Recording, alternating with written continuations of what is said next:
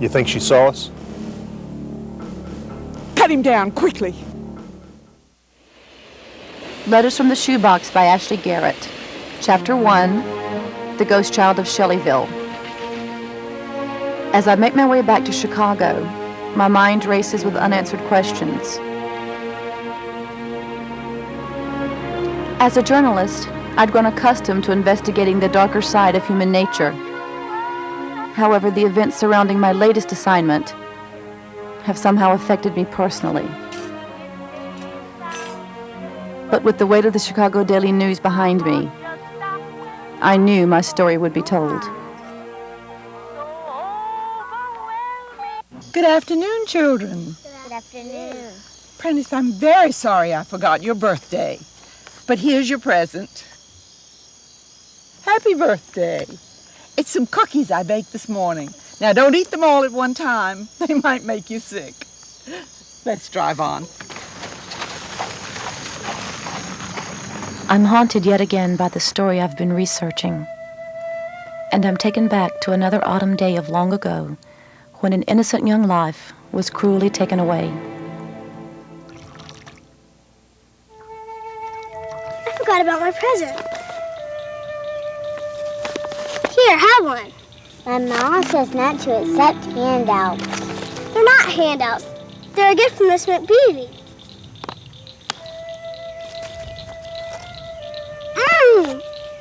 Try one. Princess Juliana, come look at that fountain. Row gently down the stream. Merrily, merrily, merrily, merrily, life is but a dream. Row, row, row, row. Peas porridge hot, peas porridge cold. Peas porridge in the pot, 9 days old. Some like it hot, some like it cold. Some like it in the pot, 9 days old. I'm almost looking forward to the distraction of the big city. Newspapers, get your newspapers. Chicago Daily News, get your newspapers. Get your newspapers.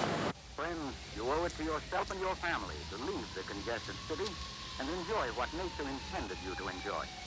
Visit our new apartment homes in Hawthorne Court, Jackson Heights.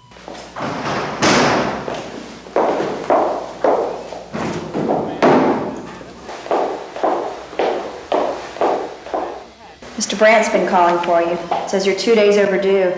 He wants to know what you've been doing on company time. He knows exactly where I was.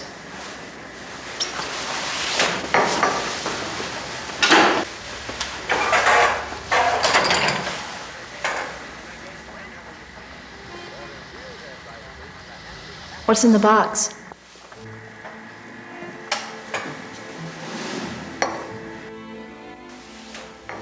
I was home again, safe inside my world, a world of black and white facts, paper and ink. But the story of Prentice's death drew me back again to Shelleyville. I found myself filled with apprehension, the same feeling I had when I arrived, a feeling that I was not used to as a journalist and one that I did not like. Shortly after Prentice died, her grandfather, Judge Jack Armstrong, presided over what was to be known as the trial of the decade. The local sheriff was implicated as being the head of a notorious bootleg ring. The combination of weak evidence and the testimony of many of Shelleyville's leading citizens on his behalf led to an innocent verdict. Miss McBeevy had been one of the sheriff's strongest supporters. Her emotional testimony reflecting on what it was like to be unjustly accused of a terrible crime brought many of the jurors to tears.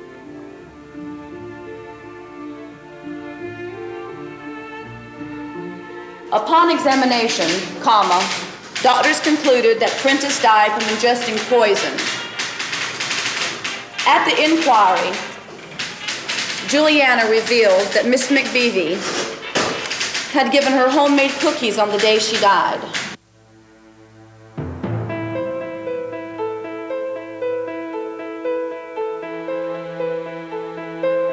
I arranged to rent a room at Miss McBeevy's boarding house.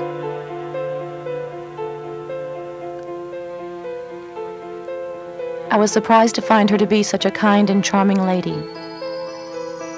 Could this woman be a murderer? And if so, why?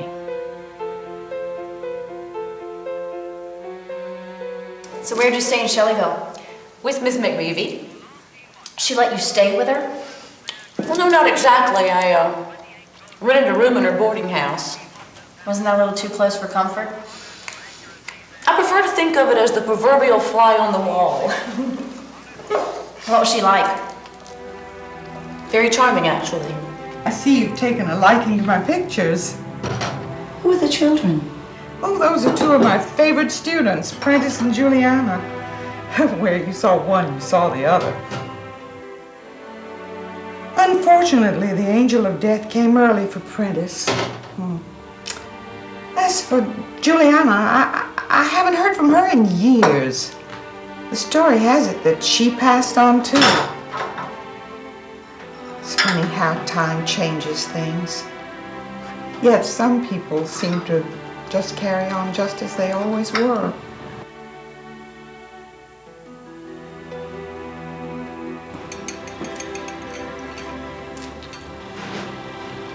Are you all right, Ashley?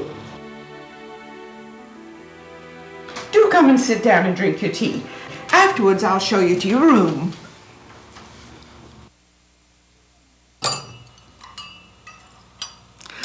Oh, how unthoughtful of me. Wouldn't you like something to go along with your tea? Perhaps some freshly baked homemade cookies.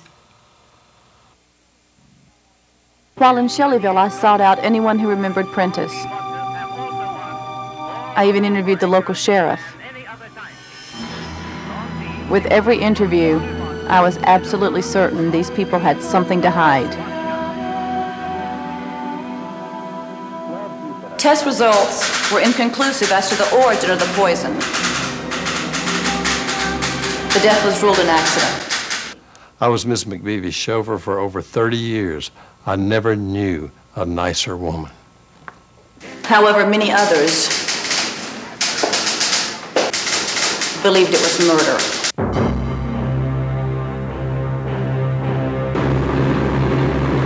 People can't change what there is inside. Good is good, and bad is bad.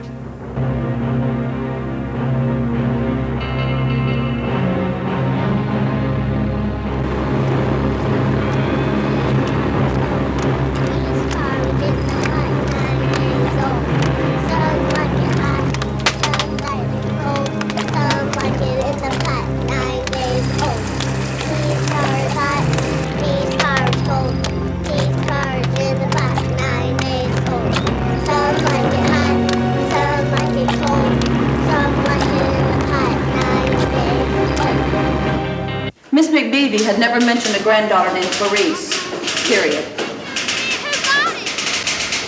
She said Clarice was so upset, over the death of her close friend Prentice, that she decided to change her environment, period. She sent her out west to a school for the blind, period. All attempts to find Clarice have failed. Mr. Reynolds, who works with the Shelleyville Gazette, was the break that I had been waiting for. I asked Mr. Reynolds if he had ever seen the ghost child. Now, Miss Ashton, now why you want to go and bring up some jacktail like that for? Mr. Reynolds said he remembered the story of Prentice as a child, period. I asked him again to please tell me if he knew something, period. She's still just as pretty as she was back then. Comes down by the pond quite a bit. Got on the same white dress. Only one thing, though. She ain't got that smile on her face no more. Face kind of looked disturbed. Like maybe she was angry.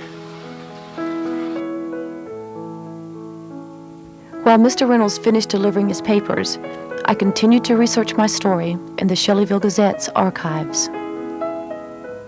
An unexpected letter from Mr. Reynolds was the break I'd been waiting for. The letter had been hidden in a shoebox under the floor of his bedroom. He refused to tell me how he got it or who gave it to him. The following is an excerpt from the letter.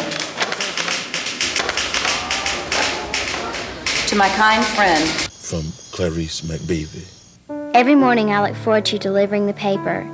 Your kind voice brings such happiness into my life. I heard something a few nights ago that frightened me. I heard my grandmother downstairs talking to a man. I don't know him, but I don't like him. His voice is not kind. I heard him tell my grandmother that the passing of Prentice was unfortunate, but it was probably for the best. 'Cause she seen something that could really get them in trouble. I've been so lonely since Prentice died and our friend Juliana moved away. If you ever hear from Juliana, tell her I miss her very much. Your friend, Clarice.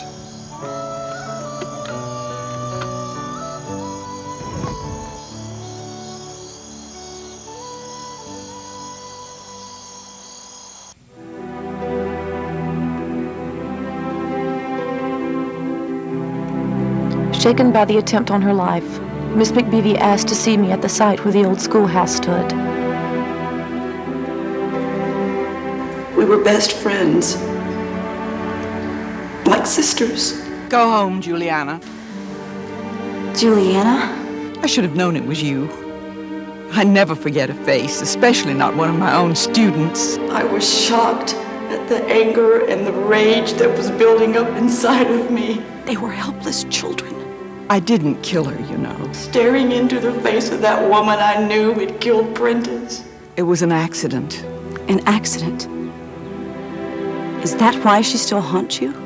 I wanted to kill her. If you print one negative word about me in that newspaper of yours, I'll sue you for libel. I'm warning you.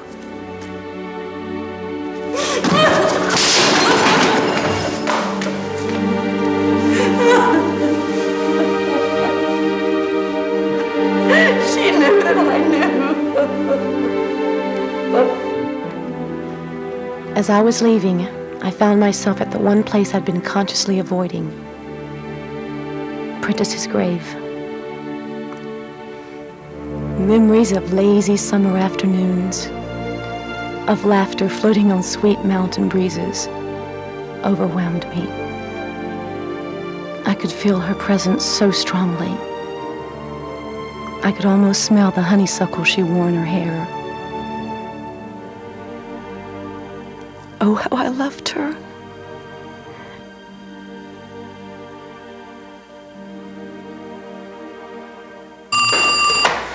Miss Garrett's office. Would you like to speak to a Jonathan?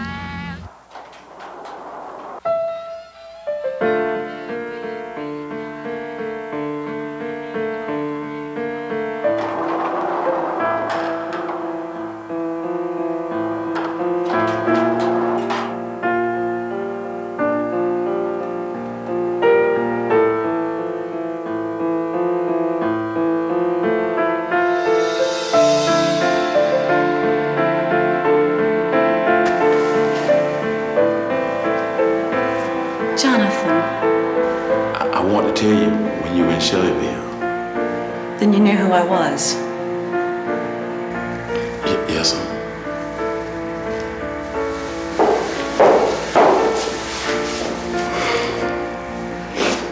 Prentice says she loves you. When you get home, tell her I love her too. Row, row, row your boat gently down the stream. If it hadn't been for Jonathan that day down by the pond, I would have eaten a cookie too. Princess Juliana, come look at that found. And the original article may have read, The Ghost Children of Shelleyville.